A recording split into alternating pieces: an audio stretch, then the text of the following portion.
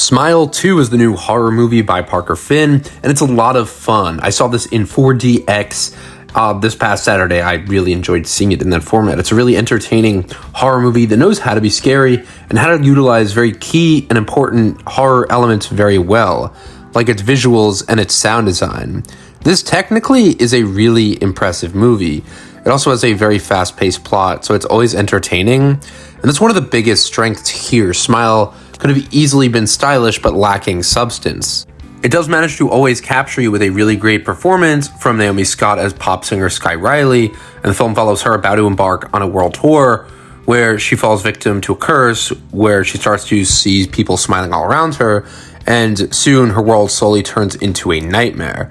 Now, Smile is an original concept. There are obviously lots of movies about curses, and there aren't a ton of well-known modern versions of like a curse film. Understandably, the first Smile got very good reviews, and it's very mainstream. It provides a lot of great jump scares, and it does it in a way that it doesn't feel cheap.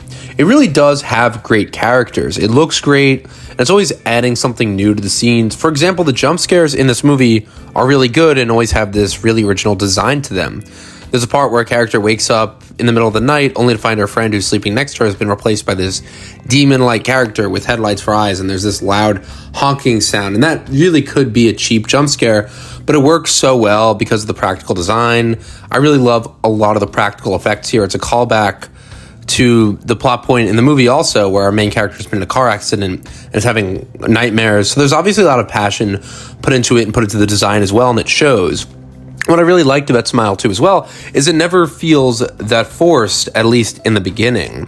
It does start to give itself a little too much freedom in its third act, which kind of becomes a bit of a mess, but up until then, it's really so good that I had a really great time with this movie. The movie is 2 hours and 7 minutes, and for the first hour and 30 at least, I thought it was very consistent with tension. Like the first Smile does a great job of hooking you into its plot, and it does. The characters, there isn't really much to our main character. You get a good sense of her backstory. You see that Sky Riley is this pop star, but she isn't so hard to believe. She has a mother who's always worried about her. She has lost a loved one. She's struggling with that. She struggles with substance abuse and is trying to deal with her addiction. She has a best friend who she wants to communicate with, but is having trouble doing that because they left on bad terms. Really, we basically have this very relatable protagonist in Sky Riley. I do think the director, Parker Finn, does a great job at making you care a lot about his characters, and at the same time, all the stuff that happens to them is interesting to watch because we know all these characters. And then going to the scare side of things in the movie, this movie easily could have been this terrible movie, and I already had some friends of mine, I talked to them, who thought this movie was incredibly stupid. But I mean, you can't just look at it so one-sided. Yeah, the main character does see a bunch of people smiling at her. It might inherently sound silly. It does sound like a funny concept. It could easily be terrible, but because of the sound design and the way the movie's lit and it gives each scene purpose, it really does feel like a world, like something you'd be terrified in if this was actually happening, especially with how grounded the narrative is for a movie that deals with a curse. It does actually feel very real. It does a great job at making this feel like something that actually is a disease, like Parasite, like a demon or a smile monster or whatever. It's so ridiculous when you think about it. There's basically this unseen force that tries to feast off you and make you see people smiling all around you. It's trying to turn you against people who you love. It's so creepy though because of that, how it turns everyone against you. That's one of the best things in this movie, and one of the best things that made the first Smile so good. There's a lot of psychological manipulation where the main character is under the influence of this demon. She keeps thinking she sees things, but then she's actually being manipulated into harming someone, or into her harming her own career or her own self at several points. She sees things that aren't there. She even at one point ends up pushing an old lady in front of a crowd. It's not like she means to do it. She sees this woman and she thinks it's her dead husband who's going to choke her, but it's really this demon forcing her to see this. And what I like here is the scares here, this visual appearance of her dead husband, and then she pushes him. It advances the plot forward so you can have people thinking she's unstable. It's a really good way to make this movie because it's just so constantly tense and the movie's always pushing itself along that it's entertaining to watch. And on top of that, it uses its imagery and its sound design so well. So there's always lots of these open spaces, lots of dark hallways and wide landscapes where it seems like something could be lurking in the corner. What I love about this movie also isn't, there's not so much exposition. You just kind of have to go with the flow, and it shows you. It doesn't tell you how to feel. The best movies don't necessarily need to have amazing dialogue. Movies back like 100 years ago used to just need to have great moving images and simple sound effects and design. That's what a movie is. It's a series of moving images and sound. In the past 100 years of filmmaking, we have been blessed to have sound attached, and it's become such an integral part of movies. And the fact that Smile 2, though, has done this concept before, and this idea of passing down a curse, but it's created its own visual and audio language, is what makes it stand out for me. Because there are really bad curse films out there, but this movie has its own design, its own visual style, its own just appearance and texture. And the fact that this movie completely separates itself from the first one, you're not following the same exact characters. It doesn't suffer from that problem. Terrifier suffers from that, where there's so much lore and so much backstory that it kind of spends most of the first act catching you up, which is pretty annoying. It takes you out of the movie. Smile 2 did not have this issue. It feels like because the first Smile isn't really mentioned as much, it actually does go by pretty fast. However, it does actually suffer from a pretty rushed ending. There were some things, as the movie gets into its third act, I didn't like, mostly the inclusion of this character, Morris. See, the movie does have a bit of a pickle, and I feel like this franchise as a whole does, and it's one of the best parts of the movie. I was hoping this film would answer the questions as I, a fan of Smile 1, seek to understand. Because when you see these movies, you want to see how people are affected by the smile. It's such a creepy idea. You can be possessed or taken over or manipulated by some unseen entity and no one will believe you. They think you're on drugs. They'll think you're insane. But no one will believe what is actually going on. And the fact that most of these movies end with the main character dying and not having the truth revealed about what's really going on is honestly a little underwhelming.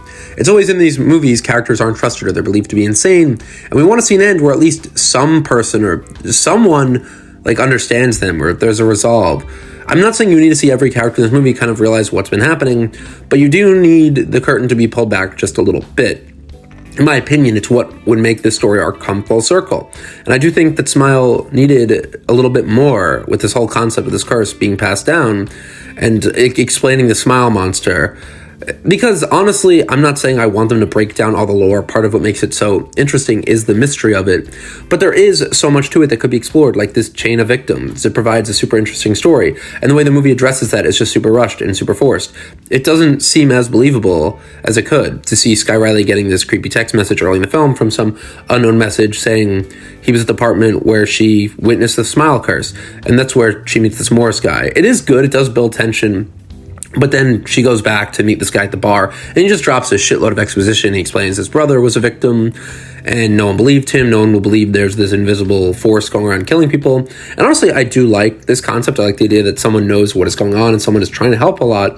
But it's just that he's forced so randomly into the middle of this movie. And what's also pretty frustrating is once this Morris character comes into the movie, he's just kind of a plot device. He says he knows what she's going through and this curse, he's going to help her. But from that point on, he just kind of disappears unless the plot needs her.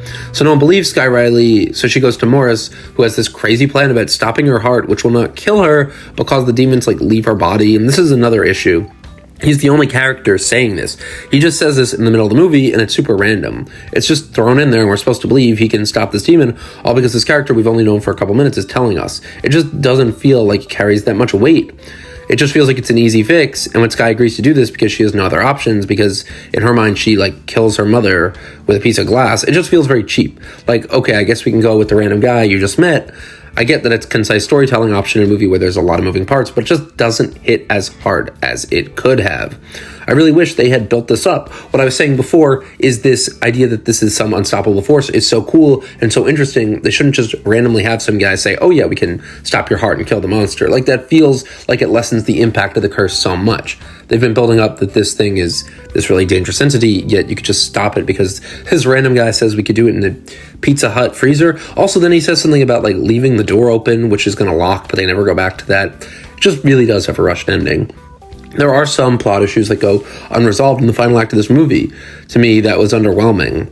I really loved everything going into that. I loved the design of the scares and also the way I saw this movie in 4D, which was honestly so much fun. I've only seen another horror movie, Alien Romulus, in 4D. And honestly, I think this was a bit better because the jump scares in this are so sudden and so effective. There's even physical elements in this, where a character is falling from the sky in a jump scare. And just the way the chair kind of threw me back. I was ready for it, but it still gets you. It's overall a lot of fun. I would give this movie, if I was going on a 10 scale, even though I don't usually do that, a pretty solid 7 out of 10. it just knows how to be entertaining. It has great visual language, and the sound design is just incredible, and it has really great pacing. It's just the story and the way it wraps up is unsatisfying, and I really do wish they gave us this addressing the curse is real, or at least someone else kind of realizing what Sky is talking about is real, because the ending just feels a bit more like a cop-out. It doesn't feel like anything totally different from the first movie, and honestly, I do want to see a sequel to this movie. There definitely can be one. I know Parker Finn's going to be directing a remake of Possession with Robert Pattinson. Honestly, he'll be an amazing director for that. The way he edits his movies, the way they're shot. And like I've been saying, has this creepy visual and sound design, like the upside down shots in this movie. It's very reminiscent of The Shining. I'm very excited for that. And hopefully he does Smile 3 after. I'm pretty sure it'll be great. This is a nice little October movie. It's interesting that there's a new sequel. Very rarely is there a sequel to movies that just came out that also just have a number in the title. It just shows you this is a franchise that's going to be successful. Like, there's enough confidence just to add a number, make this Smile 2. No, like, fun little subtitle. And the design for it in the beginning, like the opening title card, the text, the type is really cool. It's creepy. It's the second in this franchise, super recent. I mean, it's 2 years old, and it's pretty well crafted in 2 years. So hopefully the third one is good. I honestly enjoyed it a little more than Terrifier 3. So let me know what you guys think. If you enjoyed it, if you loved all the scenes, the design, and you just wish the plot was a little more exciting, or it had this big hook at the end, or that big button where it kind of lets you know, oh, that's not it. I think it just needed a little more at the end. So let me know what you guys think. Thank you so much for watching.